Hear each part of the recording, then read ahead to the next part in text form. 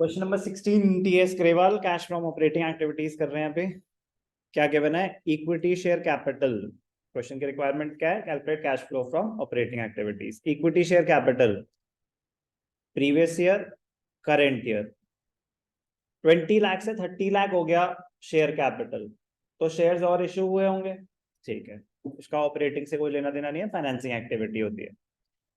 10% preference share capital, 2 lakh से 1 लाख हो गए, तो 1 लाख के रिडीम हुए होंगे। 1 लाख के क्या हुए होंगे? रिडीम हुए होंगे। शेयर्स की वैल्यू कम होने का मतलब इक्विटी शेयर्स के लिए टर्म यूज होती है बायबैक, और प्रेफरेंस शेयर्स के लिए टर्म यूज होती है redeem, redemption of preference share, because they are redeemable. Equity shares are irredeemable. कम होने का रीजन होता है कि आपने अपने शेयर्स खुद खरीद लिए, तो उसको बोलते हैं बायबैक। तो प्रेफरेंस शेयर्स के लिए वही सेम टर्म, जैसे मैं शेयर्स इशू कर रहा हूं तो पैसा रेज कर रहा हूं, इनफ्लो ऑफ फाइनेंसिंग एक्टिविटी। अब मैं आपसे आपको पैसे दे रहा हूं, शेयर्स आपसे वापस ले रहा हूं, तो इक्विटी के लिए बायबैक, प्रेफरेंस शेयर्स के लिए रिडेम्पशन, तो रीपेमेंट। टर्म का मीनिंग क्लियर है?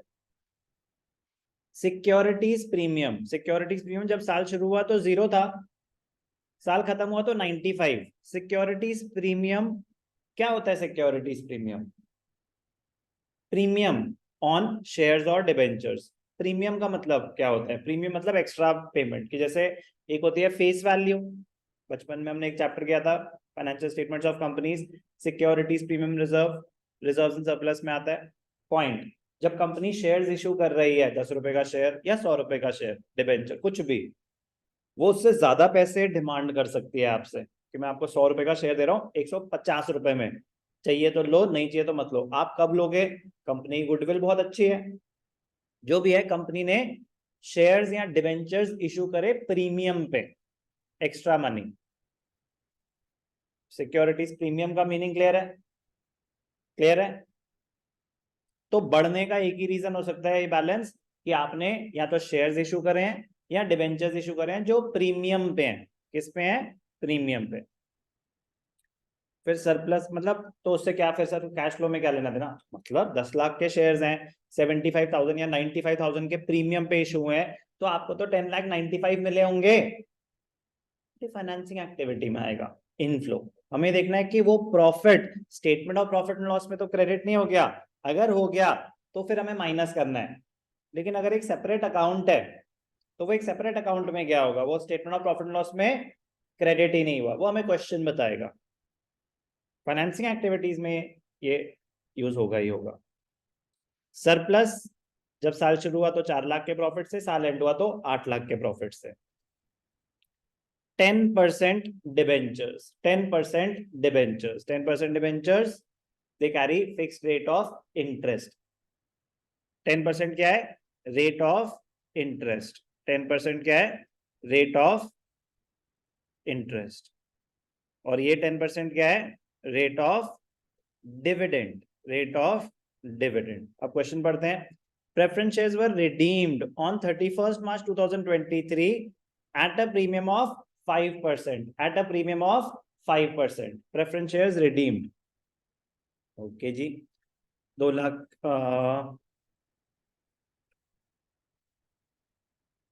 Working note 1, redemption of preference share capital. तो प्रीमियम ऑन रिडेम्पशन कितना है? 1 लाख के तो शेयर्स हैं, कैसे पता सर? 2 लाख से 1 लाख हो गए ना, तो 1 लाख के शेयर्स रिडीम हो गए होंगे, तो 1 लाख 5% प्रीमियम, तो आपने कितने पैसे एक्स्ट्रा दिए होंगे? 5,000। कोई डाउट? ठीक है। Preference shares were redeem. Dividend on equity shares was paid at 8%. Dividend on equity shares were paid at 8%. Fresh issue of equity share was made on 1st April. 1st April मतलब आपने जब साल शुरू हुआ तो 20 लाख के शेयर्स थे, जब साल एंड हुआ तो 30 लाख के शेयर्स थे, मतलब आपने और शेयर्स इशू करे कितने? 10 लाख। कब इशू करे? 1st अप्रैल को ही। तो अगर शेयर्स 1st अप्रैल को ही इशू हो गए, तो जो डिविडेंड पे करेंगे, ध्यान से देखना, working note number 2, calculation of dividend, calculation of dividend. Equity share capital पे डिविडेंड कितना दिया होगा, इक्विटी शेयर कैपिटल पे डिविडेंड कितना दिया होगा, 20 लाख पे कैलकुलेट होगा, 8% तो रेट है, 20 लाख पे देंगे डिविडेंड या 30 लाख पे, 20, 20, 30, 20, 20 is the wrong answer. Why? 1 April को ही और शेयर्स इशू हो चुके हैं, तो थ्रू आउट द ईयर कितने शेयर्स थे, 20 लाख या 30 लाख। तो अगर चेंजेस मतलब फ्रेश इशू या रिडेम्पशन फर्स्ट डे पे ही हो गया, तो पूरे साल वही अमाउंट रहा होगा, तो जो भी कैलकुलेशन होगी उसी अमाउंट पे होगी, जो भी कैलकुलेशन होगी उसी अमाउंट पे होगी, उसी अमाउंट पे होगी। तो 30 लाख क्वेश्चन ने हमें इनडायरेक्टली बताया था कि 1 अप्रैल को ही अगर इशू हो गए, तो 1 अप्रैल से इक्विटी शेयर कैपिटल का बैलेंस 20 लाख है या 30 लाख, 30 है, तो देंगे ना उनको डिविडेंड। 30 क्यों है, समझ आ गया? तो 8 3 जा 240।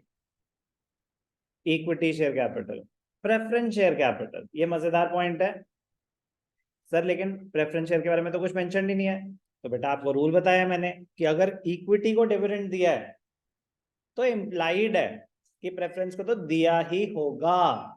अगर इक्विटी को डिविडेंड दिया है तो इम्प्लाइड है कि प्रेफरेंस को तो दिया ही होगा।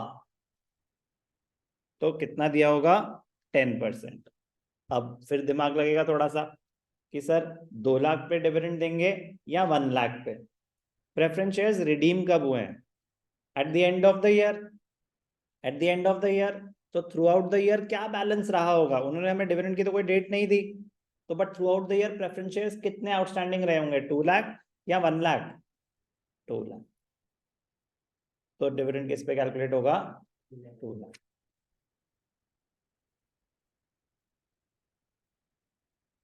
सर शेयर्स में हमने क्लोजिंग बैलेंस पे निकाला, इक्विटी शेयर्स में, प्रेफरेंस शेयर्स में हमने ओपनिंग पे, क्योंकि जो इन्फॉर्मेशन गिवन थी उसके हिसाब से। अभी लिख देता हूँ मैं वो चीज, 8 2 जा 16। ध्यान से देखना, equity dividend is calculated on the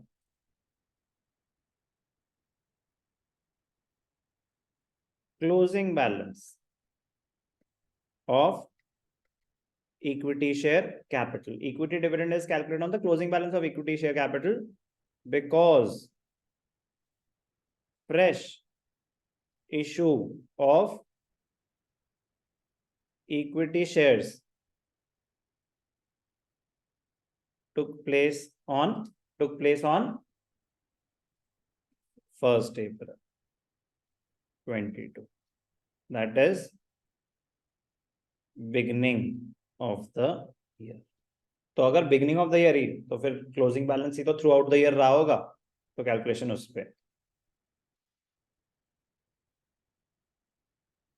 preference dividend is calculated on the opening balance of preference share capital because the fresh issue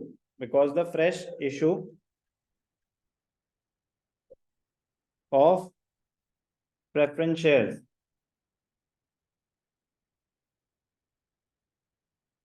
took place on 31st March 2023। तो थ्रू आउट द ईयर क्या balance रहा होगा, opening वाला। ये बात clear है? ठीक है, तो इक्विटी डिविडेंड आ गया, प्रेफरेंस डिविडेंड भी आ गया, और हमें statement of profit and loss, ठीक है जी, और इसमें कितना है ये, ठीक है, इक्विटी 30 लाख है ना, ठीक है, ओके ओके। और हमारा कुछ है, इक्विटी शेयर कैपिटल आ गया, सिक्योरिटीज प्रीमियम रिजर्व आ गया, तो 5,000 का वो जो लॉस है वो यहाँ पे राइट ऑफ हो गया। ठीक है, तो चलो, अब उन्होंने तो बोल दिया कि हाँ इंटरेस्ट, 10% इंटरेस्ट भी तो है। क्या है, मार्क किया हुआ ना, 10% interest. Interest is a charge against profits, interest is a charge against profits.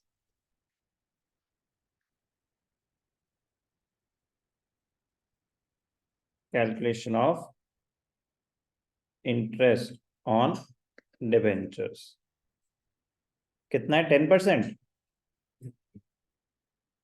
तो कितना हो गया, 1 लाख। तो चलो, अब ध्यान से देखना, मैं यहीं पे बना रहा हूँ क्योंकि अब वो जगह नीचे बची नहीं है। तो net profit before tax and extraordinary items working note में बनाना एडवाइजेबल है, यहाँ पे भी दिखा सकते हैं। तो स्टार्टिंग पॉइंट क्या है, प्रॉफिट फॉर द ईयर। जगह बना लो थोड़ी सी, चलो देखेंगे अगर जरूरत पड़ेगी तो। Profit for the year 8 lakh minus 4 lakh, 8 lakh minus 4 lakh, तो क्या है, 4 लाख स्टार्टिंग पॉइंट। एड, कोई टैक्स है नहीं, add dividend on equity shares, dividend on preference shares, dividend on equity shares. Equity shares का डिविडेंड कितना है, 240, और प्रेफरेंस शेयर्स का कितना है, कितना है, 16,000। क्या रेट है, 10%। ठीक है, ओके। मैंने गलती से, ठीक है, मैंने वो ये वाला ले लिया वहां पे गलती से। ठीक है, हाँ वही मैं हो गया, अमाउंट थोड़ा सा गड़बड़ है, क्यों है, 10% दे रखा है प्रेफरेंस शेयर कैपिटल, वो मिक्स हो गया ना गलती से कि इसका रेट है 8%। थैंक यू, आपने हमारा थोड़ा टाइम बचा लिया, वरना बाद में हम ढूंढ रहे होते कि ये डिफरेंस क्यों है। इक्विटी का डिविडेंड है 8%, प्रेफरेंस का डिविडेंड क्या है, 10%। यहाँ मार्क भी किया है, हाईलाइट भी किया है, बट एरर, तो पूरे क्वेश्चन का टाइम वेस्ट करता। तो ये कितना है, 20,000, 20 बोला था, 30 सुनाई, तो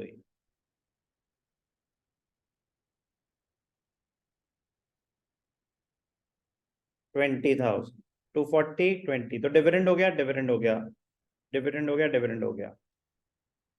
कोई टैक्स नहीं है, रिफंड नहीं है, कुछ और नहीं है, तो ये 260 क्या हो गया, 660। इसको क्या बोलेंगे, net profit before tax and extraordinary items, add interest on borrowings, add interest on borrowings कितना, 10%, 1 लाख, 7,60,000। कोई डाउट, तो अब इसको आप, और कुछ भी नहीं है तो हम डायरेक्टली क्या लिख सकते हैं, cash flow from operating activities.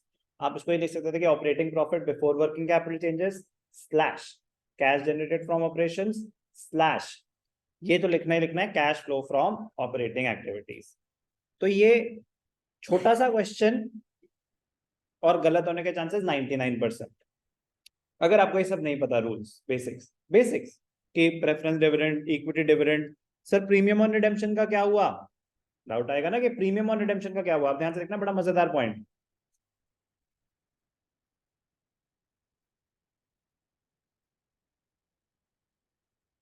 Important note,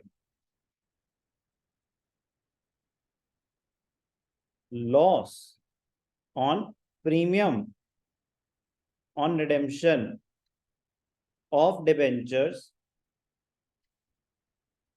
has been written off through securities premium. तो उसकी एंट्री होती है securities premium debited to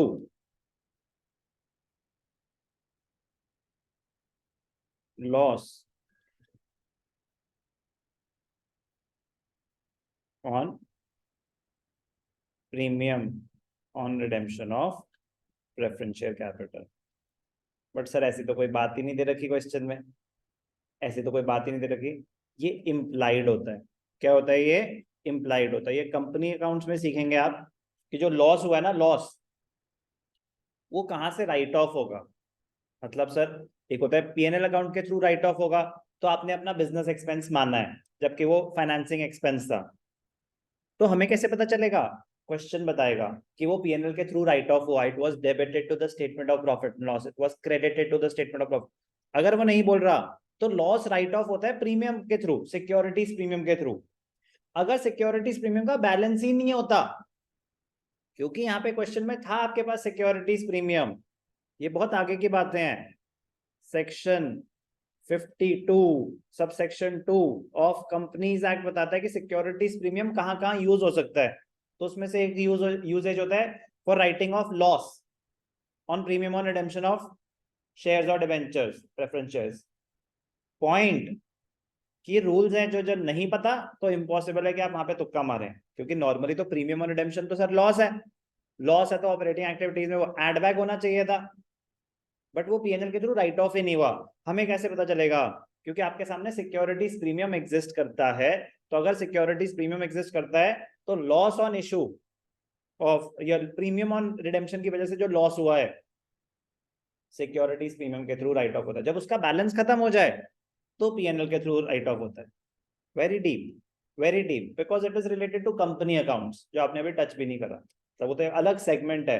but मैं कह रहा हूँ यहाँ पे उसका कुछ ज्यादा यूज नहीं हो रहा, बट ये यूज हो रहा है कि securities premium has been used to write off the premium on redemption, therefore it has not affected my business profits, therefore it need not be reversed to calculate operating profit, cash flow from operating activities। मजेदार। तो ये आपके concepts enhance करेंगे। Continue.